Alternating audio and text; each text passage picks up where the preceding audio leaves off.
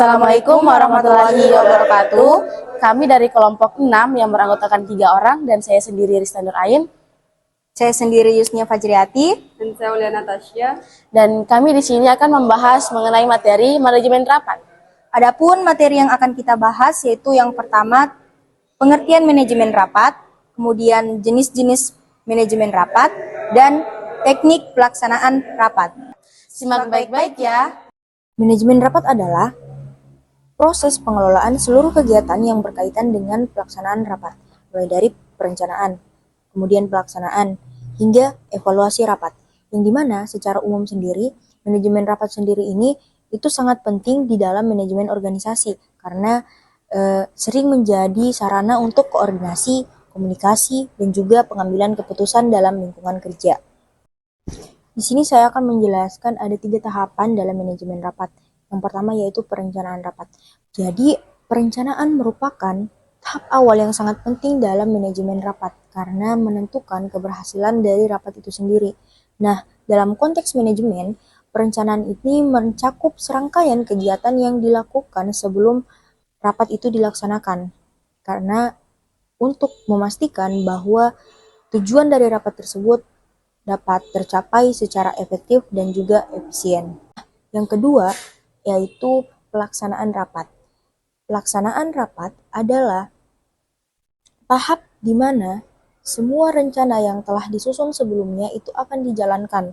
Tahap ini merupakan inti dari manajemen rapat itu sendiri, karena semua agenda itu akan dibahas dan juga keputusan akan diambil pada saat itu juga.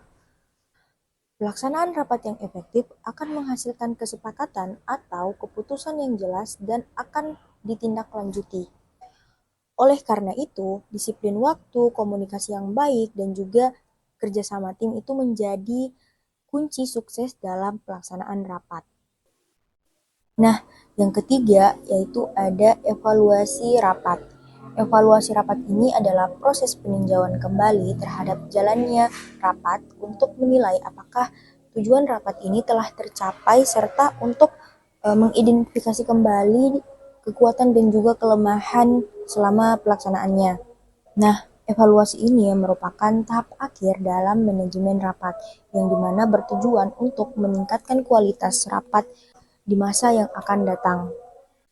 Dengan adanya evaluasi, manajemen rapat itu menjadi lebih profesional dan juga berkelanjutan, karena setiap rapat itu menjadi pembelajaran untuk menciptakan rapat yang lebih baik di waktu yang akan datang.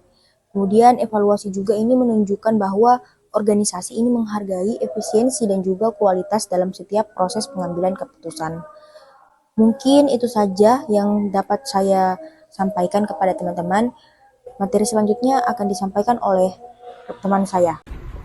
Baik, di sini saya akan melanjutkan penjelasan dari teman saya dan saya akan membahas mengenai jenis-jenis rapat. Nah, jenis-jenis rapat ini terbagi menjadi 3 bagian. Yang pertama, jenis rapat menurut tujuannya, jenis rapat menurut sifatnya, dan jenis rapat menurut frekuensinya. Yang pertama itu jenis rapat menurut tujuannya. Nah, rapat ini juga terbagi menjadi 3 bagian. Yang pertama itu rapat penjelasan, yang dimana peserta rapat tidak hanya mendengarkan tetapi juga memberikan kesempatan untuk mengajukan pertanyaan. Dan yang kedua itu rapat pemecahan masalah, yang dimana peran peserta rapat sangat besar untuk memberikan masukan berupa saran atau pendapat yang akan disimpulkan bersama. Dan yang ketiga itu rapat perundingan. Rapat perundingan adalah rapat yang dilakukan untuk merundingkan suatu perselisihan atau untuk mencari jalan tengah agar tidak merugikan pihak yang berselisih. Yang kedua itu jenis rapat menurut sifatnya. Yang pertama adalah rapat resmi. Rapat resmi adalah rapat yang diselenggarakan untuk membahas masalah-masalah yang sangat penting. Yang kedua, rapat tidak resmi. Rapat tidak resmi yaitu rapat yang diadakan tidak berdasarkan perencanaan yang formal. Yang ketiga, rapat terbuka. Rapat terbuka adalah rapat yang dihadiri oleh semua anggota organisasi atau perusahaan dan materi yang dibahas tidak bersifat rahasia. Yang ketiga itu jenis rapat menurut frekuensinya. Itu terdapat 2 bagian. Yang pertama, rapat rutin. Rapat rutin merupakan rapat yang sudah ditentukan waktunya. Contohnya rapat rutin mingguan, rapat rutin bulanan, dan rapat sebagainya. Dan yang kedua, rapat insidental. Rapat ini tidak terjadwal. Biasanya rapat ini membahas masalah yang sifatnya penting dan mendadak yang harus diselesaikan bersama. Itulah tadi pembahasan mengenai jenis-jenis rapat. Selanjutnya akan dijelaskan oleh teman saya. Baik, saya akan membahas materi tentang teknik pelaksanaan rapat yang efektif dan efisien, mengacu pada cara-cara atau metode yang digunakan untuk menyelenggarakan rapat, agar rapat tersebut dapat mencapai tujuannya dengan baik. Adapun prinsip-prinsip dalam teknik pelaksanaan rapat, yang pertama, menggunakan stand-up meeting. Yang pertama, gunakan metode stand-up meeting.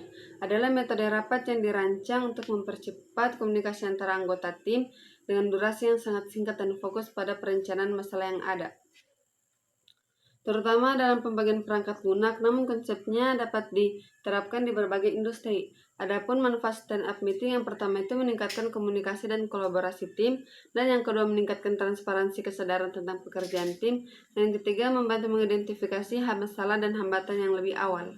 Yang kedua, kita terapkan aturan 2 pizza rule adalah prinsip yang sering digunakan dalam manajemen proyek atau tim untuk memastikan bahwa tim tetap kecil dan efisien.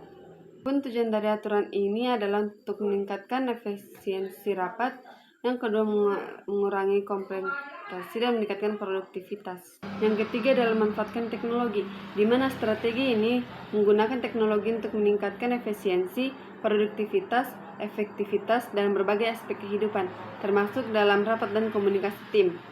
Dalam konteks rapat, memanfaatkan teknologi dapat berarti yang pertama, menggunakan aplikasi rapat online, yang kedua menggunakan kalender digital, dan yang ketiga menggunakan aplikasi kolaborasi, dan yang keempat menggunakan alat presentasi digital. Dan yang terakhir, hindari rapat yang bisa diganti email adalah strategi untuk meningkatkan efisiensi, produktivitas, dan menghindari rapat yang tidak perlu. Artinya, jika informasi atau diskusi rapat disampaikan melalui email, maka tidak perlu dilakukan rapat. Rapat sebaiknya digunakan untuk diskusi yang memerlukan interaksi langsung, seperti membahas topik yang kompleks dan sensitif. Dan yang kedua, pengambilan keputusan, seperti membahas dan memutuskan strategi atau kebijakan. Kolaborasi tim, seperti